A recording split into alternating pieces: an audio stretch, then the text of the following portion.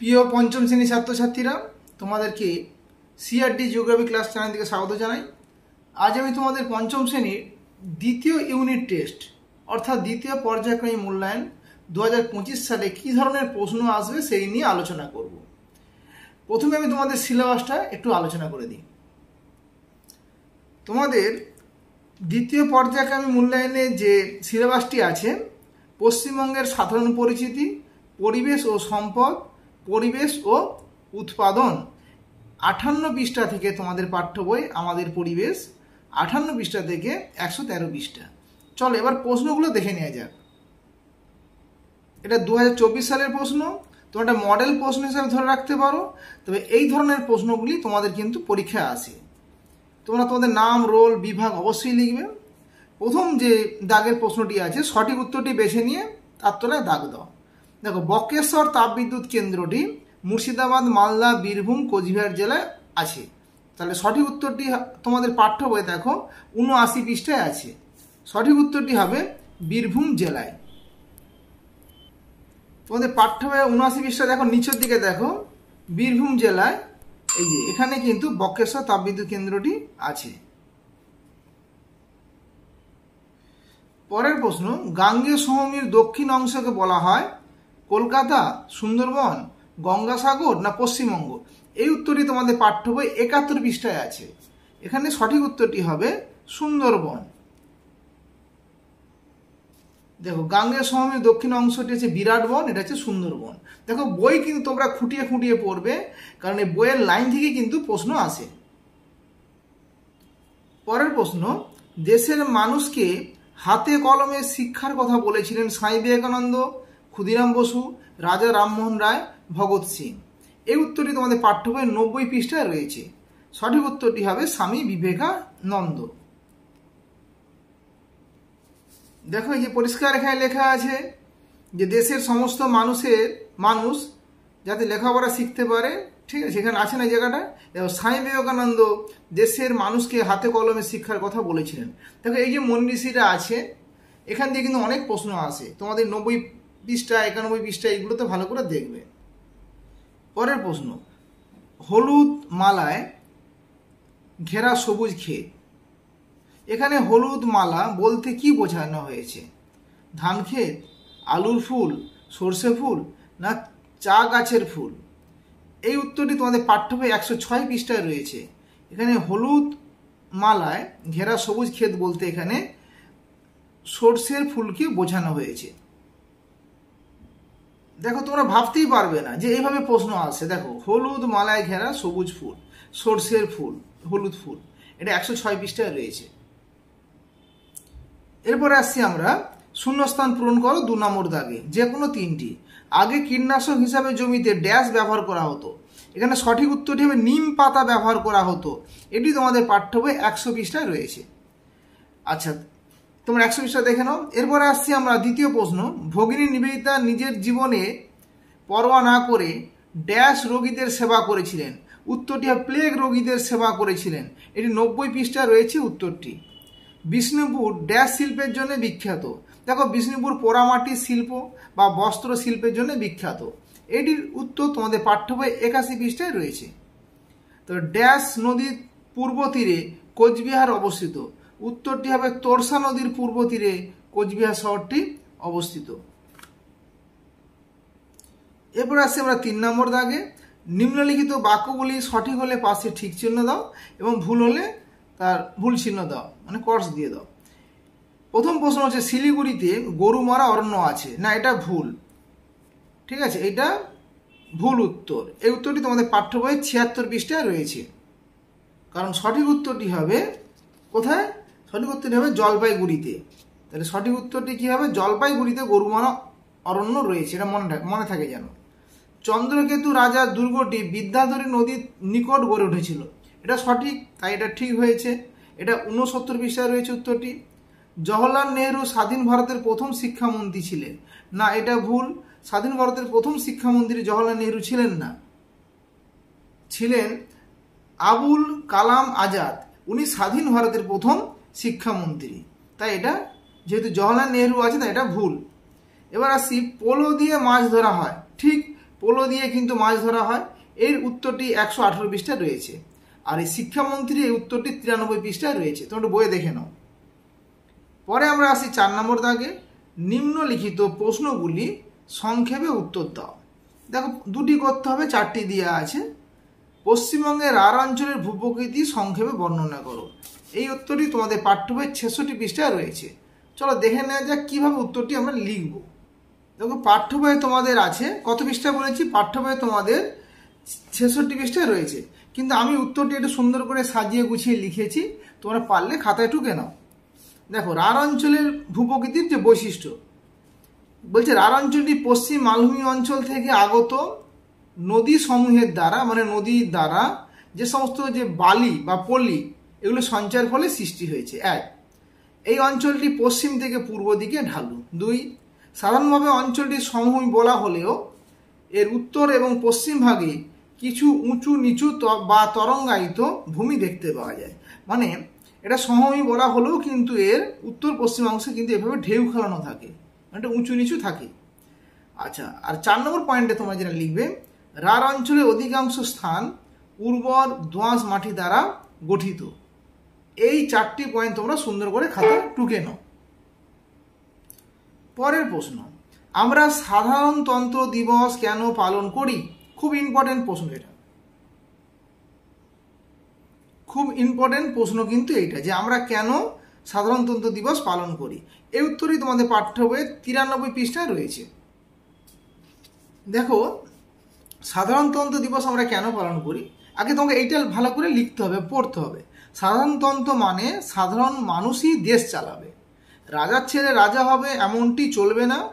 আজ যে সাধারণ লোক সেই পরে ভোটে জিতে সরকারের প্রধান হতে পারে। স্বাধীন দেশটা কেমন করে আমরা চালাবো তার একটি নিয়ম চালু হয়েছিল 1950 সালে 26শে জানুয়ারি। তাই এই দিনটাকে আমরা সাধারণতন্ত্র হিসাবেই পালন করি। তোমরা এইটি 93 পৃষ্ঠায় আছে, সুন্দর করে খাতায় লিখে নাও। পরের প্রশ্ন, আধুনিক চাষে কি কি পরিবর্তন ঘটেছে? এটা খুব ইম্পর্টেন্ট প্রশ্ন। এই উত্তরটি তোমাদের পাঠ্য বইয়ের 99 পৃষ্ঠায় রয়েছে, তবে আমি একটু খাতায় লিখেছি, একটু দেখে নাও। দেখো এই ধরনের উত্তর কিন্তু আমি আমার এই চ্যানেলে আগে ছেড়েছি, তোমরা একটু দেখে নিতে পারো। দেখো আধুনিক চাষে কি কি পরিবর্তন ঘটেছে, 99 পৃষ্ঠায় উত্তরটি রয়েছে। দেখো আধুনিক যন্ত্রপাতির ব্যবহার হয়েছে। বর্তমানে জমি চাষের জন্য যে ট্রাক্টর, পাওয়ার টিলার, ফসল কাটা ও ঝাড়াই মেশিন এগুলি কিন্তু, বা হারভেস্টার, বীজ বপন করার জন্য সিড ডিল এগুলি ব্যবহার করা হয়েছে। তারপরে উন্নত বৈশিষ্ট্যযুক্ত উচ্চ ফলনশীল বীজ বপন করা হয়েছে, যার ফলে কি হবে, যার ফলে ফসল উৎপাদন আরও বৃদ্ধি পেয়েছে। দ্বিতীয় পয়েন্ট এটা লিখবে। তাহলে প্রথম পয়েন্ট তোমরা যদি এত নাও লিখতে পারো, তোমরা বলবে যে আধুনিক কৃষি ব্যবস্থায় ট্রাক্টর, পাওয়ার টিলার, ফসল কাটা এবং ঝাড়াই করার জন্য এবং মাড়াই করার জন্য হারভেস্টার মেশিন এগুলি ব্যবহার করা হয়েছে। আর উন্নত বীজ ব্যবহার করা হয়েছে বা উচ্চ ফলনশীল বীজ ব্যবহার করা হয়েছে, যার ফলে ফসলটা আরও উৎপাদন বৃদ্ধি করা সম্ভব হয়েছে। আর লাস্টে লিখবে যে সার ও কীটনাশক প্রয়োগ। দেখো কৃষিক্ষেত্র মানে পোকামাকড়ের উপদ্রব হবে এবং ফসলকে বৃদ্ধি করার জন্য, ফসলকে মানে গাছকে বৃদ্ধি করার জন্য, পরিচর্যার জন্য জৈব সার, রাসায়নিক সার ও কীটনাশক ঔষধও কিন্তু আধুনিক চাষে অনেক পরিবর্তন ঘটানো হয়েছে। তোমরা এই 3টে পয়েন্ট সুন্দর করে লিখবে। দেখো পরের প্রশ্ন হচ্ছে, ডিভিসি তৈরি হওয়ার পরেও বন্যা হয় কেন? এটা খুব ইম্পর্টেন্ট প্রশ্ন, এটা 107 পৃষ্ঠায় রয়েছে। চলো দেখে নেওয়া যাক। দেখো মানব কল্যাণের জন্যই কিন্তু ডিভিসি তৈরি করা হয়েছিল, যেটা পুরো নাম হচ্ছে দামোদর ভ্যালি কর্পোরেশন, এটা কিন্তু পুরো নামও পড়ে। তাহলে এই ডিভিসির ফলে কি হয়েছে, বন্যাকে আটকানো হয়েছে, কৃষিক্ষেত্রে অসময়ে মানে শুষ্ক ঋতুতে জল সেচের ব্যবস্থা করা হয়েছে, এর বহু দিক আছে, জলবিদ্যুৎ উৎপাদন করা হয়েছে। কিন্তু প্রশ্নটা হচ্ছে এই ডিভিসি করার ফলেও কেন বন্যা হচ্ছে? তখন তোমরা কিন্তু এই 107 পৃষ্ঠা এখান থেকে এখান পর্যন্ত লিখবে। কি লিখবে, যে যতগুলি জলাধার করার কথা ছিল ততগুলি করা সম্ভব হয়নি। 1, তাই বর্ষাকালে বা বর্ষার জল পুরোপুরি আটকানো যায়নি, ফলে কি হয়, বর্ষাকালে অনেক জল ছাড়তে হয় ডিভিসি থেকে, এর ফলেই কিন্তু বন্যা হয়, ফলে চাষের জমিরও ক্ষতি হয়। তাহলে এই কথাটা তোমাকে কিন্তু খাতায় লিখতে হবে। তোমরা এখান থেকে সুন্দর করে লিখে নাও খাতায়। এরপর আসছে আমরা বড় প্রশ্নে 5 নম্বর দাগে টিকা লেখো। এটাও পড়তে পারে, টিকাও থাকতে পারে, বা হয়তো বলে দিল নদীমাতৃক সভ্যতা সম্পর্কে আলোচনা করো, এটাও পড়তে পারে। এটি তোমাদের পাঠ্য বই 70 পৃষ্ঠায় রয়েছে যে নদীমাতৃক সভ্যতা। চলো দেখে নেওয়া যাক। দেখো, নদীমাতৃক সভ্যতা তোমাদের পাঠ্য বই 70 পৃষ্ঠায় রয়েছে। নদীকে কেন্দ্র করে যে সভ্যতা গড়ে ওঠে তাকে নদীমাতৃক সভ্যতা বলে। পৃথিবীর প্রাচীনতম সভ্যতাগুলি নদীর তীরেই কিন্তু গড়ে উঠেছে। তোমরা সুন্দরভাবে লিখবে। যেমন সিন্ধু নদীর তীরে প্রাচীন হরপ্পা সভ্যতা গড়ে উঠেছিল, টাইগ্রিস ইউফ্রেটিস নদীর তীরে মেসোপটেমিয়া সভ্যতা গড়ে উঠেছিল, আর নীল নদের তীরে মিশরীয় সভ্যতা গড়ে উঠেছিল। এইভাবে তোমরা সুন্দর করে খাতায় লিখো। আর কেন গড়ে উঠেছিল সেটা তোমরা কারণ লিখবে, যে নদীর জল পানীয় এবং জলসেচের মানে চাষবাসের জন্য চাহিদা মেটায়। 1, নদীর তীরবর্তী যে পলি মাটি আছে তাদের কৃষিকাজ ভালো হয়। আর নদীর জলে নৌকা চালিয়ে যাতায়াত করা যায়, ব্যবসা বাণিজ্য করা যায়। তাহলে এইখান থেকে এখান পর্যন্ত তোমরা সুন্দর করে খাতায় লিখে নাও, বা এটা তোমরা স্ক্রিনশট নিয়ে নাও, তাহলে সুবিধা হবে। এরপর আসছি আমরা যে বঙ্গভঙ্গ। দেখো, যে বঙ্গভঙ্গ সম্পর্কে লেখো। এটাও কিন্তু পাঠ্য বইয়ে 69 পৃষ্ঠায় রয়েছে। তাহলে এটাও আমার খাতায় লেখা আছে। এটা তোমার দেখো, যে 1905 সালে ইংরেজরা বাংলাকে 2টি ভাগ করে দেওয়ার একটা পরিকল্পনা করেছিল। এই ঘটনাটাকে আমরা বলছি বঙ্গভঙ্গ। ব্যাস, সুন্দর করে 1 লাইনটা লিখে দিলে। তারপরে এই বঙ্গভঙ্গকে কেন্দ্র করে বয়কট ও স্বদেশী আন্দোলন শুরু হয়। বয়কটের মধ্য দিয়ে ভারতবর্ষের মানুষ যে বিদেশি যে সমস্ত জিনিসপত্রগুলি ছিল সেগুলিকে বর্জন করে দেয়, এবং স্বদেশী মানে যেটা আমরা যে সমস্ত জিনিসপত্রগুলো তৈরি করেছিলাম সেগুলোকে আমরা গ্রহণ করতে থাকি। কবিগুরু রবীন্দ্রনাথ ঠাকুর বাংলা ভাগের বিরোধিতা করে একটি গান লিখেছিলেন, যে আমার সোনার বাংলা আমি তোমায় ভালোবাসি। এটা বর্তমানে ভারতের তথা বাংলাদেশের জাতীয় সঙ্গীত। তাহলে আমার সোনার বাংলা কিন্তু বাংলাদেশের জাতীয় সঙ্গীত, ঠিক আছে। আর আমাদের ভারতে তোমরা জানো জনগণ। এছাড়া তিনি বঙ্গভঙ্গের প্রতিবাদে তিনি রাখি বন্ধন উৎসব শুরু করেন। সব মিলিয়ে মানুষের আন্দোলনের ফলে লর্ড কার্জনের বঙ্গভঙ্গ এই উদ্দেশ্যটা কিন্তু তখন ব্যর্থ হয়েছিল। তাহলে তোমরা এখান থেকে এখান পর্যন্ত বঙ্গভঙ্গের সম্পর্কে তোমরা খাতায় লিখবে। এরপরে আমরা পরের প্রশ্নতে আসছি, প্রকৃতি ও মানুষ মিলে কিভাবে সম্পদ তৈরি করেছিল বা সম্পদ করেছে। এই উত্তরটি তোমাদের পাঠ্য 85 পৃষ্ঠায় রয়েছে। দেখো, এইভাবে উত্তরটা লিখবে, যে 2টি প্রাকৃতিক সম্পদের উদাহরণ হচ্ছে কয়লা এবং কাঠ, যা দিয়ে মানুষ বিভিন্ন সম্পদ তৈরি করেছে। একদম সুন্দর করে লিখলে। যেমন কয়লাকে কাজে লাগিয়ে মানুষ কি করেছে, বিদ্যুৎ শক্তি মানে তাপবিদ্যুৎ শক্তি উৎপাদন করেছে। এই বিদ্যুৎ শক্তিকে মানুষ কাজে লাগিয়ে কি করেছে, আলো জ্বালিয়েছে, পাখা চালিয়েছে, ট্রেন চালাতে এবং বিভিন্ন কলকারখানার কাজে কিন্তু এই বিদ্যুৎ শক্তিকে কাজে লাগিয়েছে। তাহলে কয়লা থেকে এটা করেছে মানুষ।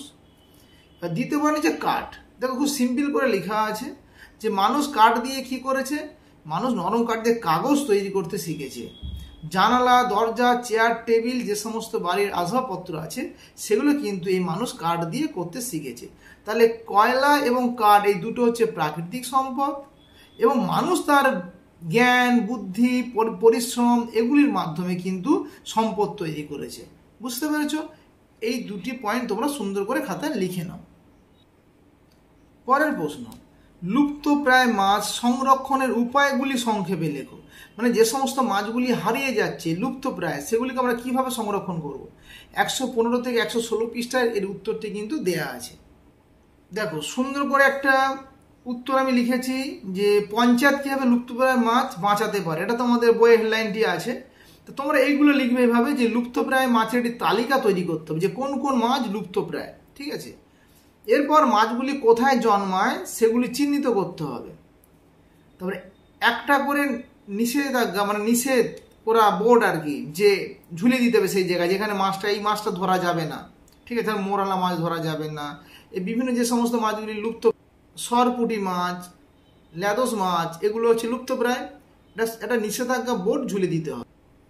এরপরে বড় ফাঁদের জাল, যেই জালগুলি ফাঁস বড় বড় সেগুলি ব্যবহার করতে হবে। ফলে ছোট ছোট মাছগুলো সহজে আবার জলে চলে যাবে, বড়গুলো যেগুলো দরকার সেগুলো উঠে আসবে। এবং লুপ্তপ্রায় মাছগুলি ছোট অবস্থায় ধরা পড়লে সেগুলোকে ছেড়ে দিতে হবে, যেটা আমি একটু আগে বললাম। বাজারে বাচ্চা ন্যাদোস মাছ, খলসে মাছ, তারপরে খরশুলা মাছ প্রভৃতি কেনা বেচা করলে তাহলে কি করতে হবে, তাহলে জরিমানা দিতে হবে, এটা নিয়ম চালু করতে হবে। আর পঞ্চায়েত নিজে একটা দুটো পুকুর তারা কি করবে, নিয়ে এই লুপ্তপ্রায় মাছগুলোকে সংরক্ষণ করে রাখার জন্য উদ্যোগ নিতে হবে বা নিতে পারে। আর মাছ যদি তথা জনগণকে লুপ্তপ্রায় মাছ সম্পর্কে সচেতন হতে হবে। আর সর্বশেষ যে মাছ চাষি যারা, সেই মাছ চাষিকে সচেতন করতে হবে যে কোন কোন মাছগুলি লুপ্তপ্রায়, কোনগুলি লুপ্তপ্রায় নয়, কোনগুলি ধরা উচিত, কোনগুলি ধরা উচিত নয়। তাহলে এইভাবে কিন্তু আমরা লুপ্তপ্রায় মাছকে আমরা সংরক্ষণ করব। আজ এ পর্যন্ত। তোমরা এবার সাজেশনটি পাওয়ার জন্য তোমরা কিন্তু আমাদের চ্যানেলটিকে সাবস্ক্রাইব করে নেবে এবং তোমার বন্ধুদেরকে এটি শেয়ার করে দিবে। আর পরবর্তী যে সমস্ত প্রশ্ন উত্তর আমি তোমাদেরকে আপডেট পাঠিয়ে দেব। ভালো থেকো, সুস্থ থেকো।